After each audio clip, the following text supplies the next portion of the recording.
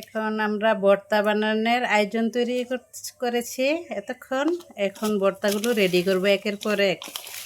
দেখেন আজকে এখানে মাছ নিয়েছি, তারপর এখানে ডিম আলু নিয়েছি, ডিম আলু, তারপর এগুলো বেগুন নিয়ে নিয়েছি।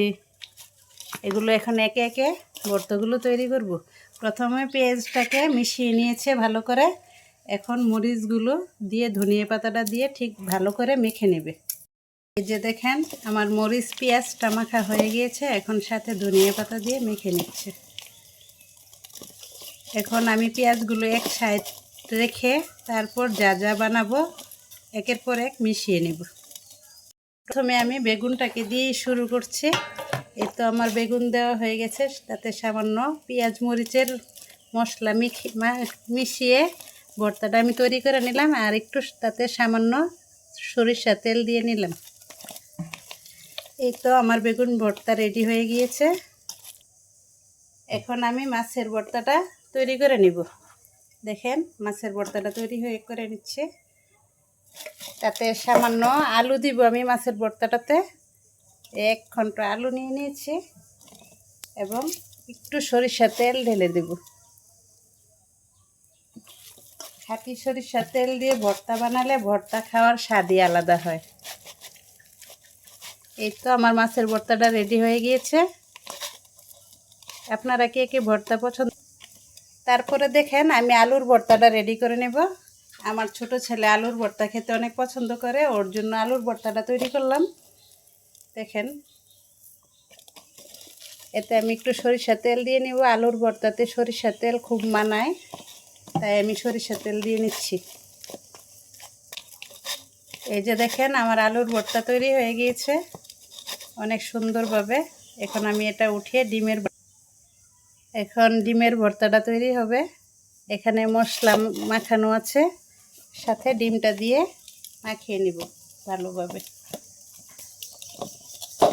এই তো দেখেন আমার ডিমের ভর্তা তৈরি হয়ে গেছে। আমি একটু সরিষার তেল দিয়ে নিব ভর্তাটাতে। সরিষার তেল দিলে ভর্তার স্বাদই আলাদা হয়। হাতে মাখানো ভর্তাতে আমরা সবসময় সরিষার তেল ব্যবহার করে থাকি। আমি এখন মাছের ভর্তাটা আজকে পাটায় বেটে বানাবো। এখানে কাঁচামরিচ ও ধনিয়া পাতা নিয়ে নিয়েছি সবুজ সবুজ করে বানানোর জন্য। এখন আমি এগুলো পাটাতে বেটে নেব। হয়ে গিয়েছে, এখন আমি মাছটাকে বেটে নেব।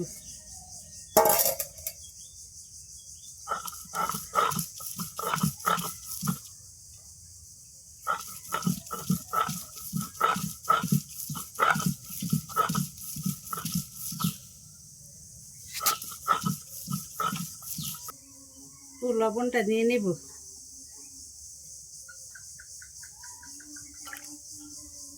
পেঁয়াজটা আমি একটু আস্তে আস্তে রেখে তারপর ভর্তাটা বানাবো, যাতে খাবারের সময় মুখে দাঁতের নিচে পড়ে, তাহলে ভর্তাটা খেতে অনেক সুস্বাদু হয়। এখন আমি ভর্তাটা ভালোভাবে একটু মিশিয়ে নেব।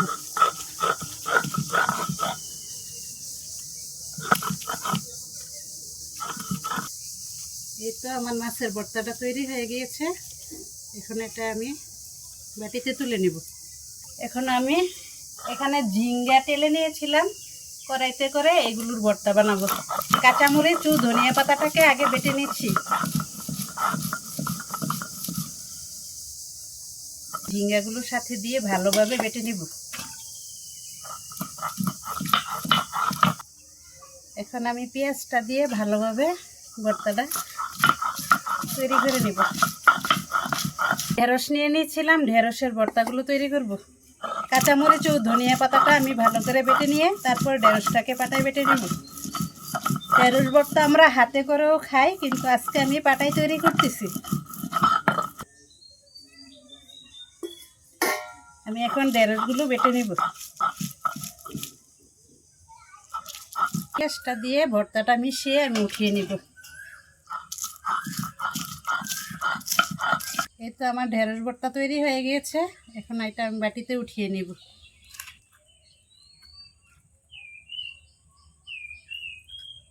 আজকে আমার ভর্তার আয়োজন। আজকে আমি ইফতারি তৈরি করে নেই, এই ভর্তা দিয়ে পেট ভরে আমরা সবাই মিলে একসাথে ভাত খাবো।